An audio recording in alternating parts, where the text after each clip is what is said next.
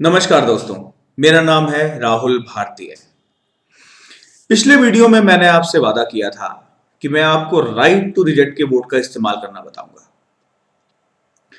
आपको बता दूं कि पार्लियामेंट में भी इस वोट का इस्तेमाल कई बार हो चुका है।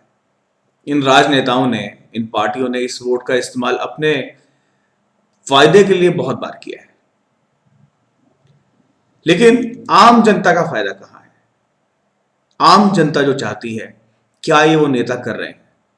ऐसा शायद नहीं हो रहा। इसी वजह से पिछले कुछ सालों में राइट टू रिजेक्ट और राइट टू रिकॉल की मांग बहुत तेजी से उभर कर आ रही है। आज मैं आपको राइट टू रिजेक्ट के वोट का इस्तेमाल कैसे करना है उसके बारे में बताऊंगा। पहले मैं आपसे जो आम प्रक्रिया है वो बात करूंगा उसके बारे में। अभी आप जब वोट डालने के लिए पोलिंग बूथ में जाते हैं तो वहां पर पोलिंग बूथ में बैठा अधिकारी आपसे आपका वोटर कार्ड मांगता है। आपसे आपका वोटर कार्ड लेगा और उसके पास एक जो वोटर रजिस्टर होता है उससे आपके वोटर कार्ड का मिलान करता है। अगर आपका वोटर कार्ड वोटर रजिस्टर में लिखे हुए नाम से मिलान कर गया तो वो आपसे उस रजिस्टर में साइन करने के लिए, हस्ताक्षर करने के लिए कहता है। आप हस्ताक्षर करते हैं और हस्ताक्षर करने के बाद आपकी उंगली पर निशान लगा दिया जाता है। जब आपकी उंगली पर निशान लगा दिया जाता है, आपसे कहा जाता है कि अब आप वोटिंग मशीन पर जाकर जिस भी व्यक्ति को वोट देना चाहें उसके आगे का बटन दबा दीजिए। यह आम प्रक्रिया है और पिछले कई सालों से, जब से भारत आजाद हुआ है, चाहे वो बैलेट पेपर था और चाहे वो आज वोटिंग मशीन है, यही प्रक्रिया चलती आ रही है। इस पूरी प्रक्रिया में कहीं पर किसी को एक बार यह नहीं बताया जाता है कि आप अगर किसी को पसंद नहीं करते हो तो आप फॉर्म 17 ए भरकर आप अपनी नापसंदगी का वोट भी डाल सकते हो। अब वो वोट कैसे डाला जा सकता है मैं वो आपको बताता हूं। इसी प्रक्रिया को दोबारा से शुरू करते हैं। आप पोलिंग बूथ में अपना वोटर कार्ड लेकर जाइए। वहां पर बैठा अधिकारी आपसे वोटर कार्ड मांगेगा। उस वोटर कार्ड को वोटर रजिस्टर में लिखे आपके नाम से मिलान करेगा और अगर आपके नाम से मिलान हो जाता है तो आपके नाम के आगे हस्ताक्षर करने के लिए बोलेगा। आप हस्ताक्षर कीजिए और हस्ताक्षर करने के बाद वो आपकी उंगली पर एक निशान लगा देगा। निशान लगने के बाद आपने वोटिंग मशीन पर नहीं जाना है।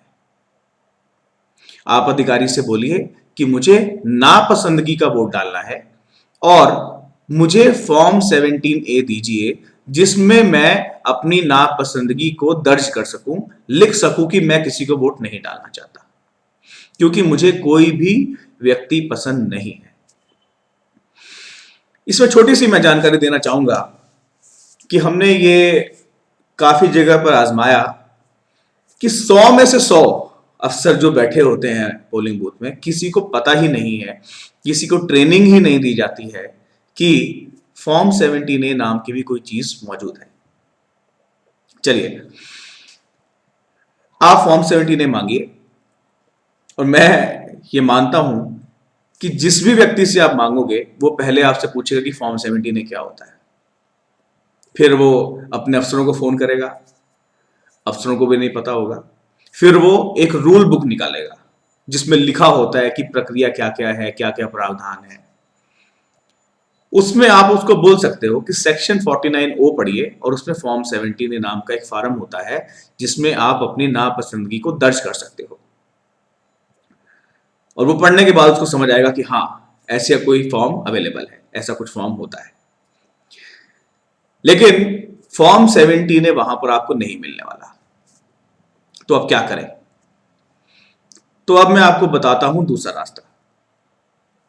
जिस वोटर रजिस्टर में आपने अपने नाम के आगे हस्ताक्षर किया था और हस्ताक्षर करने के बाद आपकी उंगली पर निशान लगाया गया था, उसी वोटर रजिस्टर में आपके नाम के आगे उसी लाइन में एक डिब्बा बना होता है जिसको हम बोलते हैं टिप्पणी बॉक्स, रिमार्क्स बॉक्स।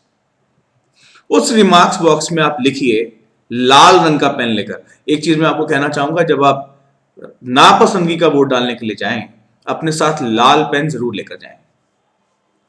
अब अपने नाम के आगे जहां पर टिप्पणी बॉक्स बना हो उसमें लाल रंग के पेन से लिखिए कि मैं किसी भी व्यक्ति को वोट नहीं करना चाहता क्योंकि मुझे कोई भी व्यक्ति पसंद नहीं है।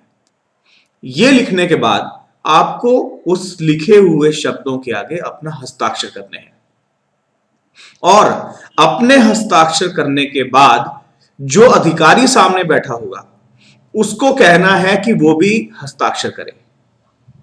जब वो हस्ताक्षर करेगा तो आपका नापसंदगी का वोट दर्ज हो जाएगा, राइट टू रिजेक्ट का वोट दर्ज हो जाएगा। यह करने के बाद आपको पोलिंग बूथ से बाहर आ जाना है। आपको वोटिंग मशीन का इस्तेमाल नहीं करना। यह एक छोटी सी प्रक्रिया है जिससे आप अपनी नापसंदगी का वोट डाल सकते हैं। अब इस तरीके से नापसंदगी का वोट डालने से क्या होगा? क्या इससे कुछ फायदा होगा? क्या नेताओं के ऊपर कुछ असर पड़ेगा? क्या जो ये गलत लोग हैं, क्रिमिनल लोग हैं, रेपिस्ट हैं, बलात्कारी हैं, भ्रष्टाचारी हैं, इनका समाज में आना, पॉलिटिकल सिस्टम में आना बंद हो पाएगा? ये बहुत सारे सवाल हैं जो आपके इसके बाद निकल कर आएंगे। लेकिन मैंने अभी आपको वोट कैसे डालना है ये आपको बताया। ये अधिकार आपके पास मौजूद है और मैं आपसे ये विनती करता हूं कि अगर आप किसी को वोट नहीं दे रहे हो, किसी को पसंद नहीं करते हो, तो ये वोट डालकर जरूर आइए। इसका एक बहुत बड़ा एक कारण है। जब हम ये सोचकर घर में बैठ जाते हैं कि हमें कोई व्यक्ति पसंद नहीं है तो हमें वोट डालकर क्या करना है, आपके नाम पर कोई और व्यक्ति, गलत व्यक्ति जाकर वोट डाल देता है और आपको पता भी नहीं चलता। तो अपना वोट दर्ज जरूर करो, चाहे आप किसी को वोट डाल के आओ। अगर आप वोट नहीं डालना चाहते हो, क्योंकि आप वोट डालोगे तभी जब आपको कोई पसंद होगा, और जब कोई पसंद नहीं है तो आप घर बैठोगे, लेकिन अब घर नहीं बैठना है। अब आपने राइट टू रिजेक्ट, नापसंदगी का वोट डाल के आना है, लेकिन वोट जरूर डाल के आना है ताकि आपके वोट का गलत इस्तेमाल ना हो।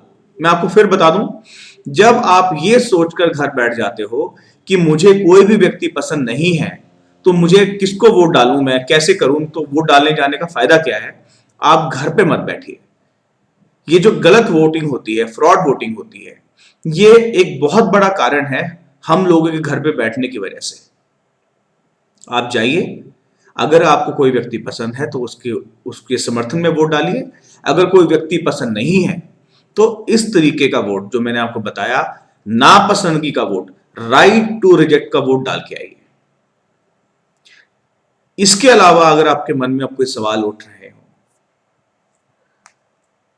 तो आप मुझे कॉल कर सकते हैं, मुझे ईमेल लिख सकते हैं। मेरा फोन नंबर है 7696510234 और मुझे ईमेल भी कर सकते हैं, जो आईडी है mr.rahulbhartiya@gmail.com। धन्यवाद।